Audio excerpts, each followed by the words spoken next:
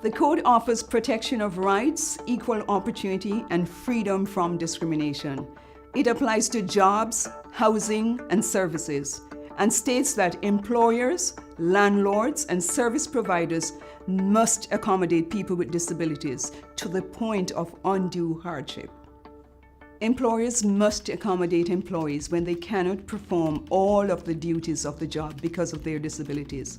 For example, suppose an employee with low vision has a job requiring her to work on a computer. Accommodating her needs might include supplying appropriate computer technology. Accommodation means not denying people jobs or services in the first place if they can be accommodated to the point of undue hardship. Changes may be required to an organization's policies and practices or staff training so that discrimination doesn't recur. The Code is not meant to punish. When discrimination happens, the goal is to fix the situation to provide equal opportunity for the person with a disability. The Code promotes educating and working with organizations to make changes that prevent discrimination and harassment. Many people think of disabilities as noticeable physical disabilities, such as someone using a wheelchair. But not all disabilities are visible, and you can't always tell who has a disability.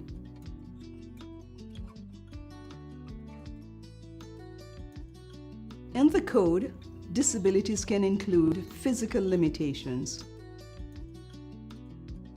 mental health, cognitive or intellectual development, learning, hearing, or vision.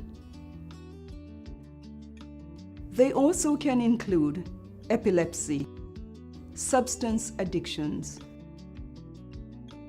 environmental sensitivities, and workplace injuries.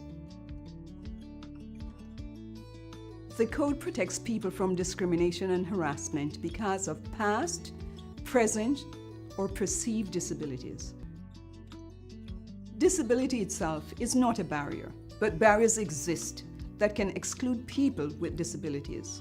These include physical barriers, information and communication barriers, systemic barriers, or attitudinal barriers. Barriers to accessibility prevent people with disabilities from fully taking part in the social and economic life of our communities. Physical barriers include things like providing steps, but no ramps or elevators. Information and communication barriers can make it difficult for people to receive or give information, such as using unclear language or print that's too small. Systemic barriers can result from stereotypes or established practices, such as inflexible work hours that don't coordinate with paratransit bus schedules. And attitude can be the biggest barrier. Ableism is a tendency to see people with disabilities as less worthy, underestimating their potential, or excluding them from decisions that affect them. Organizations should try to identify and remove barriers before problems arise, instead of waiting to answer individual accommodation requests or complaints.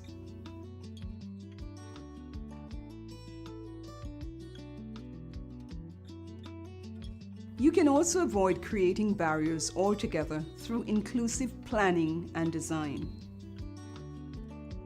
For example, when setting up a new website, design it for people who have sight and hearing disabilities.